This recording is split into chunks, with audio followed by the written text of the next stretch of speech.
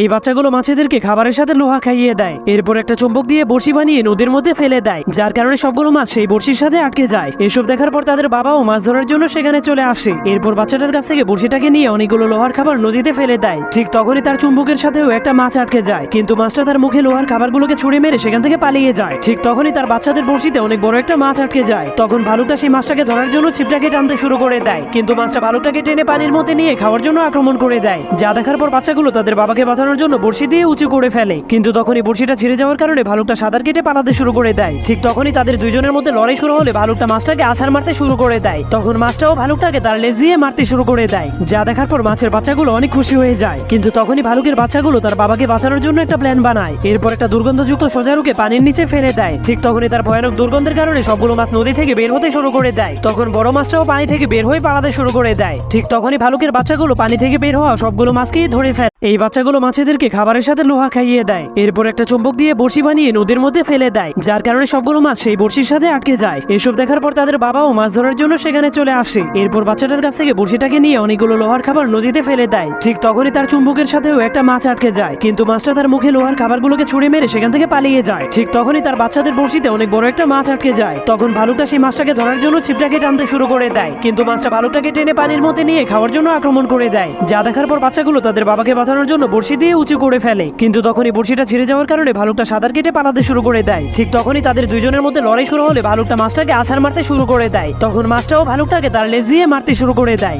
যা দেখার পর মাছের বাচ্চাগুলো অনেক খুশি হয়ে যায়, কিন্তু তখনই ভালুকের বাচ্চাগুলো তার বাবাকে বাঁচানোর জন্য একটা প্ল্যান বানায়। এরপর একটা দুর্গন্ধযুক্ত সজারুকে পানির নিচে ফেলে দেয়। ঠিক তখনই তার ভয়ানক দুর্গন্ধের কারণে সবগুলো মাছ নদী থেকে বের হতে শুরু করে দেয়। তখন বড় মাছটাও পানি থেকে বের হয়ে পালাতে শুরু করে দেয়। ঠিক তখনই ভালুকের বাচ্চাগুলো পানি থেকে বের হওয়া সবগুলো মাছকেই ধরে ফেলে।